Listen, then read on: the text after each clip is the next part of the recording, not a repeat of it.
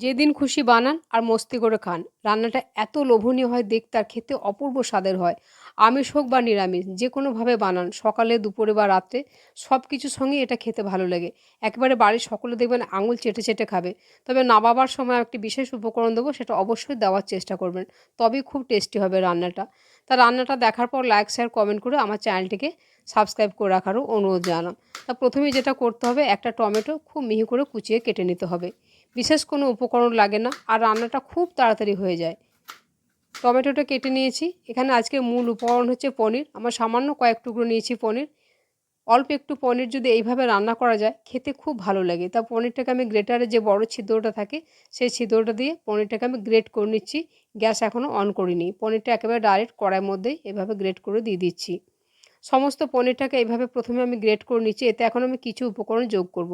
যে টমেটোর কুচি রাখলাম, কোচানো টমেটো দিচ্ছি, পরিমাণ মতো নুন, সামান্য একটু চিনি। এখানে দিয়ে দিচ্ছি 4টে কাঁচা পাকা চেরা লঙ্কা আর খুব সামান্য পরিমাণে একটু সর্ষের তেল দেবো। একটা মশলা করব, 4 চামচে হাফ চামচ হলুদ সর্ষে, হাফ চামচ কালো সর্ষে, 4 চামচে 1 চামচ পোস্ত, 2টো কাঁচা লঙ্কা দিয়ে মিহি করে এই মশলাটা বেটে নেব। এই রান্নাটা আপনি কোথা থেকে দেখছেন আমাকে একটা কমেন্ট করে জানাতে ভুলবেন না। পনির তো অনেকভাবে রান্না করে খেয়েছেন বা খাচ্ছেন। এইভাবে পনিরটা চটপট একটু রান্না করে দেখবেন, খুব ভালো হয় খেতে। বেটে রাখা মশলাটা দিয়ে এখন একটা চামচ দিয়ে খুব ভালো করে ঠেসে ঠেসে মেখে নিলাম। সামান্য একটু জল দিয়ে আবার একবার ভালো করে নাড়াচাড়া করে দিলাম। 5 মিনিট এটাকে কম আঁচে ঢাকা দিয়ে রাখবো। 5 মিনিট পর ঢাকা খুলে দিলাম।